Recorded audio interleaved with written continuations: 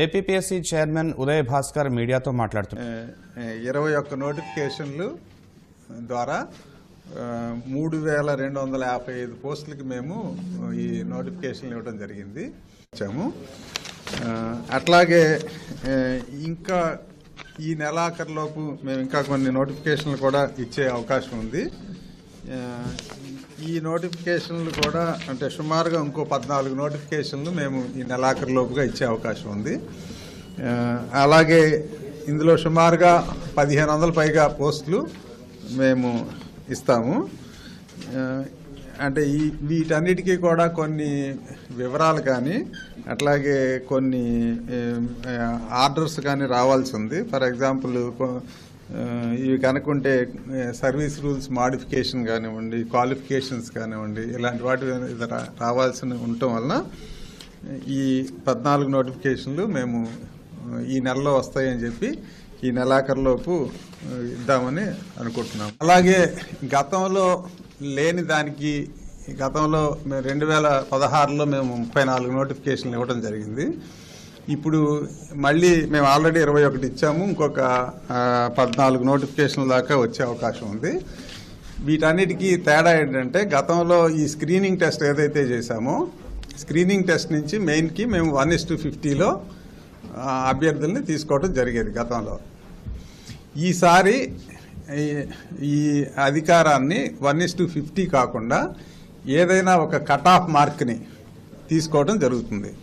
అది దేని బట్టి జరుగుతుందంటే అభ్యర్థుల యొక్క సంఖ్యని మేము నిర్ధారించుకొని సుమారుగా అంటే గతంలో 1:50 ఎందుకు ఇవ్వడం జరిగిందంటే ఈ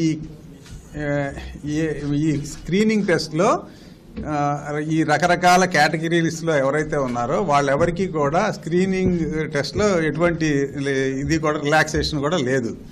అందరినీ కూడా ఒక జనరల్ కట్ ఆఫ్లో 1:50 ఇర్రెస్పెక్టివ్ ఆఫ్ కేటగిరీ అండ్ 1:50 మేము తీసుకోవడం జరిగేది. దానివలన కొన్ని కేటగిరీలో సఫిషియెంట్ నెంబరు రాకపోవడంతో కొన్ని పోస్టులు ఈ క్యారీ ఫార్వర్డ్ పోస్టుల కింద మిగిలిపోయే అవకాశం ఉంది. అటువంటి ఇబ్బందిని సరిచేయడానికి మేము ప్రభుత్వానికి రాస్తే ప్రభుత్వం మాకు ఈ కట్ ఆఫ్ మార్క్ అనేది ఒకటి పెట్టుకునే అధికారాన్ని కమిషన్కి ఇవ్వడం జరిగింది. అంతేకాకుండా ఈ కట్ ఆఫ్ మార్క్లో కనుక మేము ఏదైతే ఈ కట్ ఆఫ్ మార్క్ డిసైడ్ చేశామో అందులో కనుక ఏవైనా కొన్ని కేటగిరీస్ నుంచి కనుక సఫిషియెంట్ నెంబర్ కనుక మాకు అభ్యర్థులు రాకపోయినట్లయితే ఆయా వర్గాల వారికి ఆ పోస్టులు ఫిల్ చేయటానికి మాకు ఈ కట్ ఆఫ్ మార్క్ అనేది తగ్గించడానికి అధికారం ఇచ్చింది. దీనివలన ఇలా చేయటం వలన గతంలో లాగా ఈ బ్యాక్లాగ్ పోస్టులు ఉండి క్యారీ ఫార్వర్డ్ అయ్యే అవకాశం ఈసారి బాగా తగ్గిపోతుందని చెప్పి దాదాపు అన్ని పోస్టులు కూడా ఫిల్ అయ్యే అవకాశం ఉందని చెప్పి మేము భావిస్తున్నాం. అంటే దీనివలన ఎవరు కూడా ఎటువంటి అపోహలకి కూడా పెట్టుకోవాల్సిన అవసరం లేదు. ఎందుకంటే ఎవరైతే మేము ఒరిజినల్ కట్ ఆఫ్ ఏదైతే డిసైడ్ చేస్తామో అందులోకి వచ్చిన ఏ వర్గం అభ్యర్థి అయినా సరే అన్ని పోస్టులకి కూడా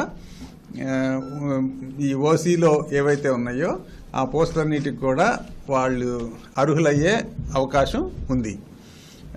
అంటే అది కాకుండా మేము ఎవరైతే ఈ క్యారీ ఫార్వర్డ్ అవ్వకుండా పోస్టులు ఫిల్ చేయటానికి మేము తగ్గించి తీసుకుంటామో వాళ్ళని ఆ క్యారీ ఫార్వర్డ్ ఏవైతే దీనిలో ఉన్నాయో ఆ పోస్టుల వరకే వాళ్ళ యొక్క ఎలిజిబిలిటీ ఉంటుంది. అంతేగాని కొంతమంది ఈ సోషల్ మీడియాల్లోనూ వీటిలో ప్రచారం చేస్తున్నట్టుగా ఈ పోస్టులు ఏవి కూడా అందరికీ కూడా సమన్యాయం జరిగేలాగా మేము ఈ విషయాన్ని డిసైడ్ చేయడం జరిగింది. మేము ముందు ఒక కట్ ఆఫ్ డిసైడ్ చేస్తాము. మీరు వినండి, విని చెప్పేది వినండి. మేము ముందు ఒక కట్ ఆఫ్ అనేది డిసైడ్ చేస్తాము.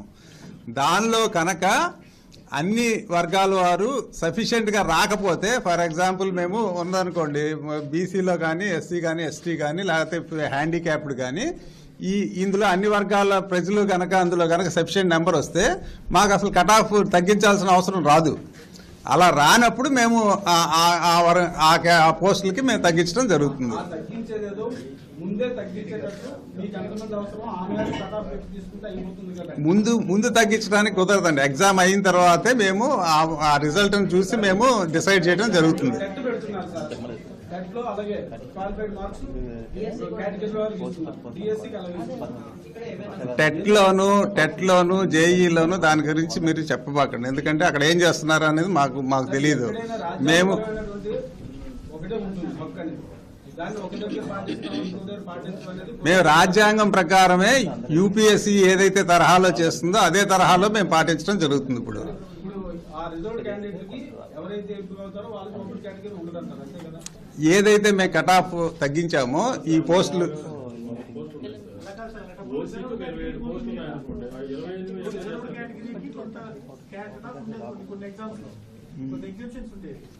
సో ఇప్పుడు అందరికీ ఒకే ఓపెన్ కేటగిరీలోనే మీరు కట్ ఆఫ్ పెట్టడం వల్ల కేటగిరీ వైజ్ కూడా మేము తగ్గించడం జరుగుతుంది. ఆ పోస్ట్ కేటగిరీ వైజ్ తగ్గించడం జరుగుతుంది. దాని కేటగిరీ ఖచ్చితంగా అది అవసరాన్ని బట్టి పెడతామండి. ఆ రిజల్ట్ని బట్టి మేము చూసుకొని పెడతాము. అలా కాదండి, రిజల్ట్ వచ్చిన దాన్ని ఫర్ ఎగ్జాంపుల్ మేము ఒక కట్ ఆఫ్ పెట్టామండి, ఒక 60 మార్కులు కట్ ఆఫ్ అని పెట్టాము. 60 మార్కుల్లోనే అన్ని వర్గాల వాళ్ళు కనుక మీరు కరెక్ట్ గా వస్తే అసలు తగ్గించాల్సిన అవసరమే లేదు. ఓపెన్ అని కాదు, ఎవరైనా సరే దేనికంటే ఫర్ ఎగ్జాంపుల్ నేను దీనికి ఒక ఎగ్జాంపుల్ చెప్తున్నాను మీకు. గతంలో మేము 2016లో చేసిన అసిస్టెంట్ ఎగ్జిక్యూటివ్ ఇంజనీర్ ఎగ్జామ్లో 100 మంది కనుక మేము ఫస్ట్ 100 ర్యాంకులు తీసుకుంటే 41 ర్యాంకులు బీసీల నుంచి ఉన్నాయి. సో అటువంటిప్పుడు కట్ ఆఫ్ తగ్గించాల్సిన అవసరం ఏముంది చెప్పండి. ఫస్ట్ 100 ర్యాంకులు తీసుకుంటే మేము 748 పోస్టులకి వేస్తే ఫస్ట్ 100 ర్యాంకులు కనుక తీసుకుంటే మేము తీసిన స్టాటిస్టిక్స్ అవన్నీ కూడా దీనిలో ఉన్నాయి చూడండి. 41 మంది బీసీస్ ఉన్నారు. ఉన్నప్పుడు అది అవసరం లేదు. అప్పుడు బీసీస్ కి కట్ ఆఫ్ తగ్గించాల్సిన అవసరం లేదు, ఎందుకంటే సఫిషియెంట్ నెంబర్ ఉన్నారు.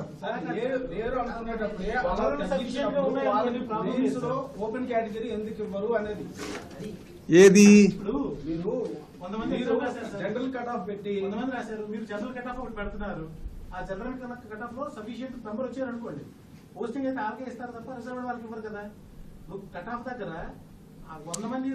ఈ కట్ ఆఫ్ లో ఎంతమంది రిజర్వ్డ్ క్యాండిడేట్స్ వచ్చినా వాళ్ళందరూ కూడా ఓపెన్ ఎలిజిబుల్లే, ఓపెన్ పోస్టులకి ఎలిజిబుల్లే. ఏది ఏ రిజర్వ్డ్ కి ఒకవేళ దానివల్ల రిజర్వ్డ్ పోస్టులు ఏవైనా ఫిల్ అవ్వట్లేదు అని కనుక అనుకుంటే దానికోసం మేము ఎక్స్ట్రా అభ్యర్థులు తీస్తాము.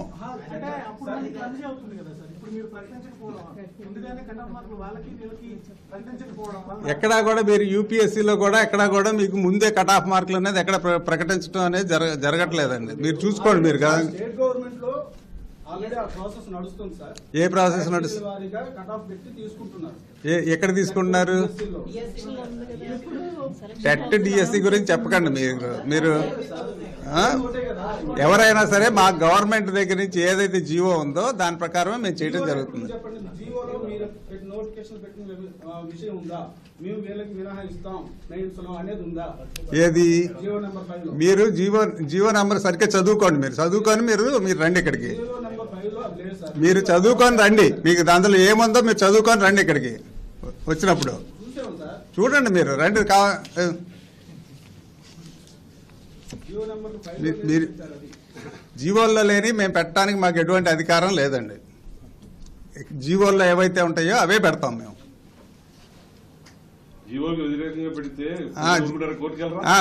కోర్టులు ఇవన్నీ ఉన్నాయి. ఎందుకున్నాయి?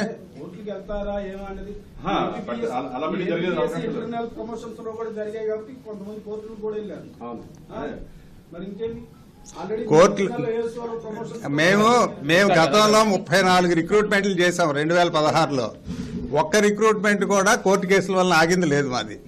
అన్ని రిక్రూట్మెంట్లు మేము మిగతా రాష్ట్రాలతో సంబంధం లేకుండా మీరు ఏ రాష్ట్రంలోనే చూసుకోండి 34 రిక్రూట్మెంట్లు ఇచ్చి 34 రిక్రూట్మెంట్లు కోర్టు కేసులు లేకుండా కంప్లీట్ చేసింది మీరు ఒక రాష్ట్రం చూపించండి. మీరు మేము 2016లో ఇచ్చిన మొత్తం 34 నోటిఫికేషన్లు కూడా ఒక్కటి కూడా కోర్టు కేసు లేకుండా మేము కంప్లీట్ చేయటి ఆ లిస్టులు మేము పంపించడం జరిగింది. Next question. As per schedule exams. Sir ఇంకోటి ఈ షెడ్యూల్ అనేది మేము టెంటేటివ్ షెడ్యూల్ మేము నోటిఫికేషన్లో ఇవ్వడం జరిగిందండి. వీలైనంత వరకు మేము షెడ్యూల్ ఏదైతే ఉందో దాన్ని పాటించడానికి మేము ప్రయత్నం చేస్తాము. ఏదైనా అనివార్య కారణాలు ఏమైనా వస్తే కనుక అటువంటి వాటిని తప్పితే మేము పోస్ట్పోన్ చేసే ఉద్దేశం మాకు లేదు. సార్ ఇంకోటి గ్రూప్ 1 వాళ్ళకి ఫీజు మార్చి 10 పెడుతున్నారు. తక్కువ సమయం ఇచ్చారని దాని మీద ఏమైనా తక్కువ సమయం ఇవ్వడానికి మీరే 4 నెలల నుంచి సెప్టెంబర్లో ఇచ్చిందని డిసెంబర్ వరకు మీరు నోటిఫికేషన్ లేదని రాశారు. మీరు 4 నెలల క్రితమే తెలుసు వాళ్ళకి ఏ రోజున వస్తుందో. క్యాండిడేట్స్ కాదు కదా. ఇప్పుడు మీరు చెప్పండి, ఒక పక్క నుంచి సెప్టెంబర్లో జీవో వచ్చిన సంగతి మీ అందరికీ తెలుసు కదా. ప్రిపేర్ అయిపోయింది. మేము సిలబస్ కూడా మేము ఎంతో ముందు ఇచ్చాము. మేము మా వెబ్సైట్లో పెట్టడం జరిగింది. అంటే 42 ఉంది కదా. ఏజ్ రిలాక్సేషన్ అనేది ఆల్రెడీ 42 వరకు ఇవ్వడం జరిగింది.